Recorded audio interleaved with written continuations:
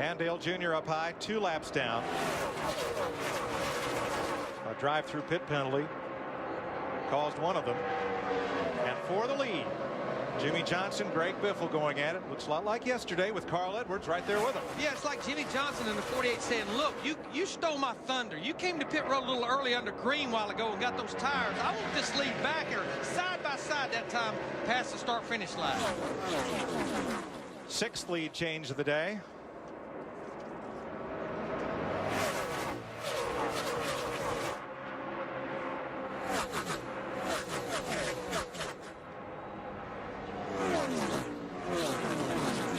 Now Kurt Busch has got to fight his way up from the back. Let's hear what he had to say prior to, excuse me, Carl. Let's hear what Carl Edwards had to say prior to his pit stop.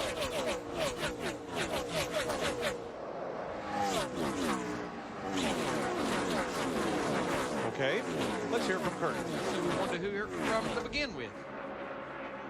I'd rather try to fix this thing early on. I think we're abusing the right front. The only way to fix that is go to the back of this pack and put a brace in there to keep it kicked out. I mean, it stopped right there. So you leave it and just adjust on it.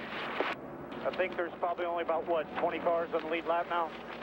Okay, but you know this will put you to the back because we got to take the tire off and put a brace on there. Said 4, but it'll put us to the back of 20 cars instead of 42.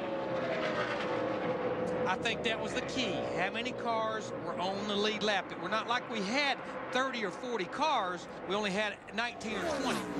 And I love it when the driver has that kind of input back into what they need to do.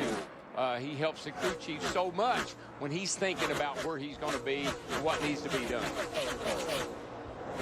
If you keep the driver and the crew chief working together, that's going to make the end result a whole lot better. 7 lead changes once we got racing after the lap 1 crash that involved 7 cars. A short caution for debris allowed everybody to pit. And now we're back under green with Jimmy Johnson leading Greg Biffle, Carl Edwards, Joe Nemechek, and Mark Martin.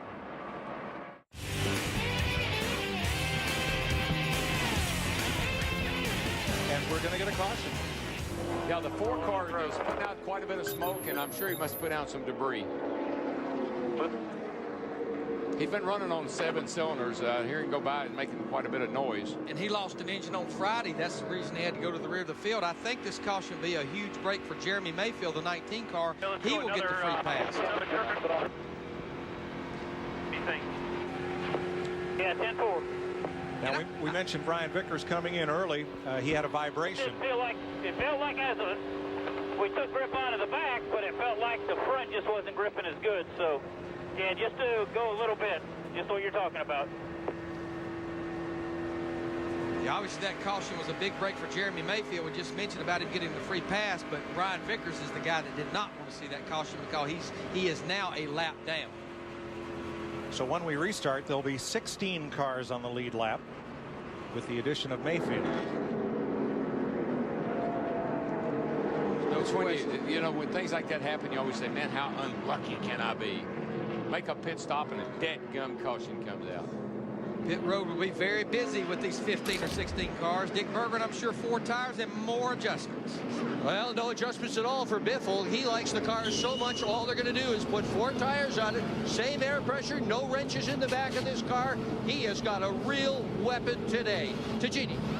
Well, the 48 of Jimmy Johnson still a little snug in the center. It actually just started again, though he's hoping the air pressure adjustment will free the car up, Steve. Just a quarter round of bite in the left rear for Carl Edwards, just a little bit free, 4 tires, good consistent stop for the 99. Matt? The 6 car, Mark Martin, best car here last fall, didn't get the victory. Losing a little bit of time on the left rear, but they said the car was free most of the day. It had snugged up. They made a track bar adjustment to try to tighten him up a little more. Track bar also for the 9 of Casey Kane. There you see the race off pit road. Mark Martin, good top 5 run. Those guys gained 2 positions, as well as Elliott Sadler in the 38 group and Jeff Burton in the 31. I think the reason the 48 car lost that 1 spot, Larry, is they had a tire laying in front of the car, and when the right front tire changer and the jackman went around to the left side, they had to jump the tire to get to the other side of the car. Hurt them just a little bit. Here they come. You see the tire, I think he throws his tire out here in front of the car. right there. Couldn't go any worse. Now see, he's hung up, he's falling. It really hurt the jack man. Really hurt him getting around the car. And I mean, you're not talking about maybe a half a second, but when you're changing 4 tires, dumping this fuel in 13 to 14 seconds, huge difference. Don't want to lose the lead in the pits. That's a happy group there. That's right, Doug. Pump them up. Got a long way to go, buddy. As the Roush contingent owns 3 of the front 4 spots as we go back to green to start lap 1:23. What do you say, Larry? I'd say grab those knobs, throw them all away, and let's crank it up.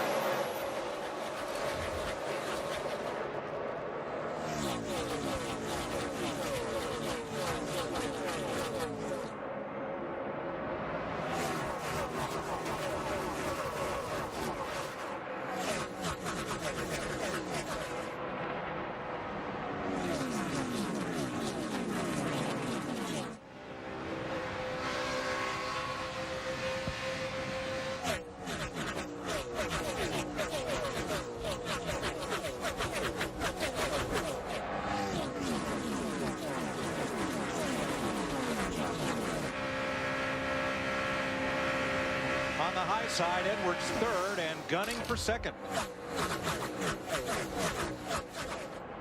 Blue car back there, that's 6 car, Mark Martin. That seems like he keeps getting stronger and stronger as this race goes on. He's going to be up there battling his teammate Carl Edwards in the 99. Yeah, this is the best track position Mark has had. He's been barred back in about 7th, 8th, 9th place. He's up there in clean air now, pretty clean anyway. That battle right behind him, Jamie McMurray in the 42 and Bobby Hamilton in the 32 on the low side or outside pole center. That's the battle to be the first car a lap down to hopefully get a free pass. There you see them side by side right there.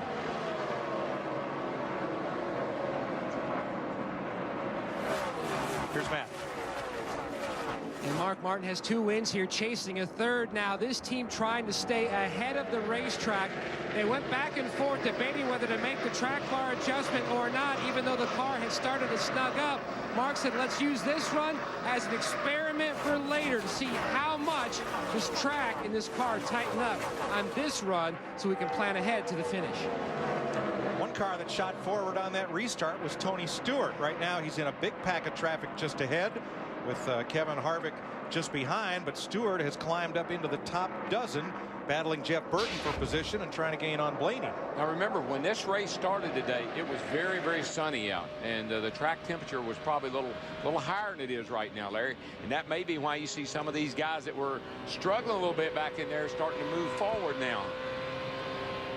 You just mentioned that you think it's getting a little overcast and cooling down. If you notice, the air temperature has not changed that much, but just look at how much the track has cooled down, and that definitely changes the handling characteristics of these race cars. That's what these teams and crews are trying to keep up with.